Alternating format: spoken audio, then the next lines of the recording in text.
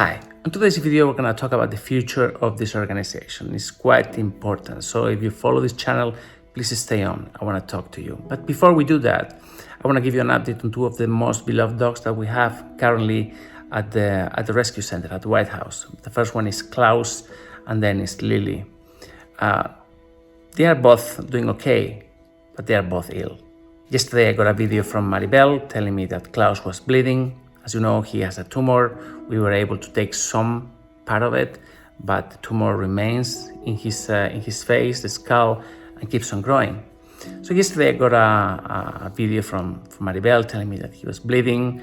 I immediately spoke to his doctor, to Isidore, and I called Jorge, our friend, our surgeon. I told him to come over and see what's going on with him. So 9:30 in the evening, and he arrived. We got together. We went to the White House. We looked at him. Apparently 2 stitches have come out, and then the other side is also opening. You see, the problem is that when we took the tumor, the stitches are going, we've had to put the stitches on top of tumor area. You see? So the scarring and the healing of that area is not normal because it's oncological area. So Jorge is thinking about what to do right now, and we're gonna have to take a decision between today and tomorrow. I think tomorrow we're gonna take him to the clinic to see what we do. The other dog is Lily. Is this old Podenco that we rescued a few months ago?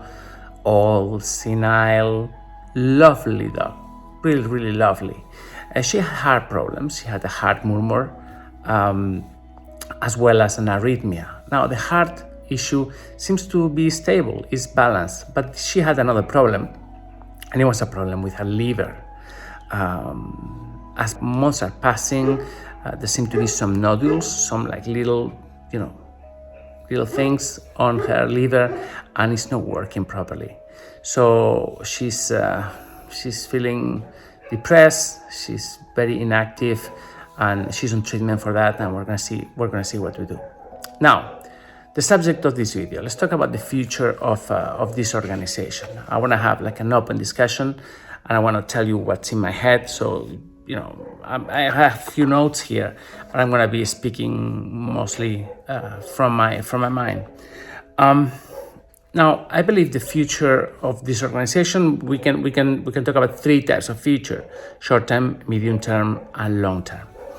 In the short term, I believe our future is very linked to the evolution of the pandemic, to the evolution of COVID. Why so linked, will you say? Well, this is animal rescue. Why does it have to be linked to a human virus? Well, the thing is that COVID has affected everything. Not only we are practically locked at home. I think today or tomorrow we're going to go into another lockdown. That clearly affects our ability to move. It affects our ability to deliver animals to their homes. We have animals waiting to go everywhere in Europe and the US, as well as other provinces here in Spain, and that is becoming a serious issue. We have I think 6 or 7 dogs waiting to fly, and that actually puts an extra overload on the rescue centers, on the homes that are already full. Another way COVID has affected our work is the impact on our donor base. Now, it was normal. We knew it was going to happen. At first, it was a big scare, then it recovered. Then, as COVID progresses and as time passes, we are seeing the effects of COVID on the economy, and we're also seeing a direct correlation in the number of donors that we have. So we're seeing people that they write to me and they say, "Look, I've got COVID." The other day, one of our friends wrote to me and said she has COVID. She has had COVID twice. There are people that are being laid off. There are people that are reassessing their future and their priorities, and we are losing donors. And I believe this trend is common to every other organization in the world, not only in animal rescue, but everywhere.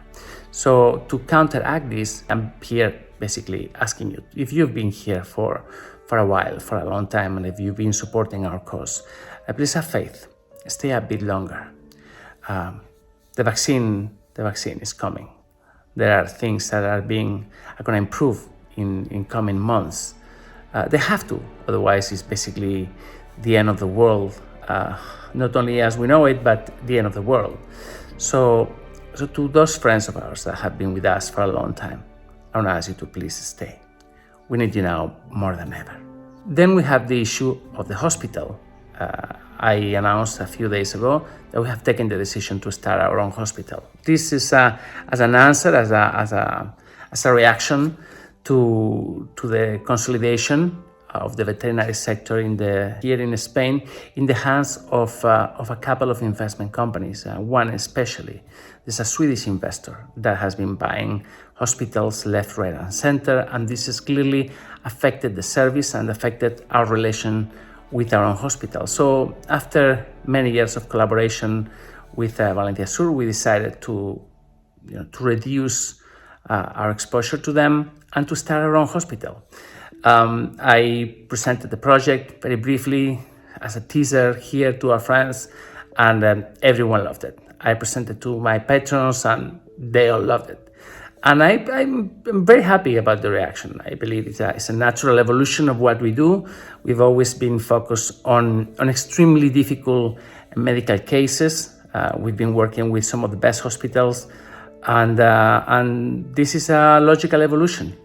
I believe it's time to have our own medical facility, our own hospital, our own medical team, so that we don't have to be last in the queue, in the line, that we don't have to deal with internal politics of an investor company that will indirectly or directly affect our work. So immediate future, actually, we are already working on this. We're going to start our own hospital. As I said, last few days, I've had few meetings. The property that you saw has already been secured. We're not purchasing this property. We can't purchase this property because we just don't have such funds. For the moment, it's going to be a rental. I've also been looking at acquiring, and this is a big issue that we're going to have to deal with. I'm going to have to buy all the equipment, and this stuff is not cheap. We're going to need a CT scan, we're going to need an operation room, we're going to need the X-ray machines, we're going to need endoscopies, we're going to need all kinds of equipment. Actually, here, as we talk, as I talk, you can see scrolling down a list of the equipment that we're going to have to buy. Now, this is a major investment, and in coming days, I will tell you the way that you guys can help if you would like to be involved. I'm going to try to figure out a way so that as many people as possible can join into this beautiful, beautiful project. I promise you, it's going to be amazing, and you're going to be so proud you did it. I'm also talking to vets.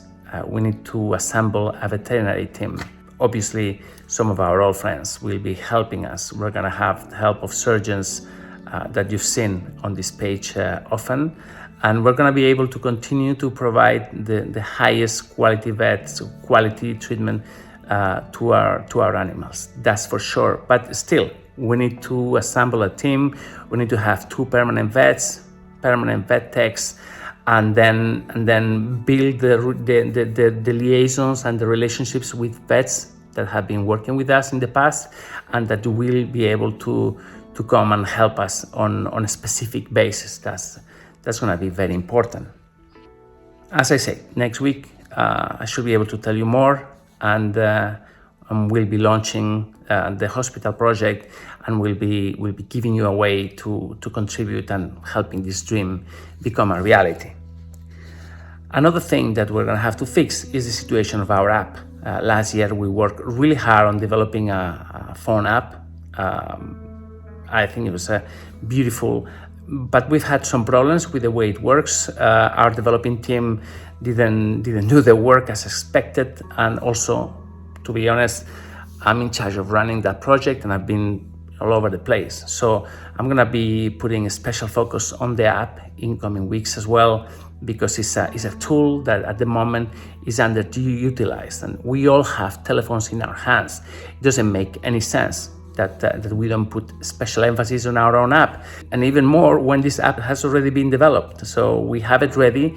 It's just that I have to start working on it. I mean, this thing has been my fault. I can't blame it on anyone else. So Medium term, the future of our organization will pass through the consolidation of all these efforts. I see in the coming year, 2 years, 3 years, the hospital becoming the base of everything that we do. I mean, at the moment, our individual rescues, our travel, that is super important in the life at the rescue centers, the White House and the Pink House.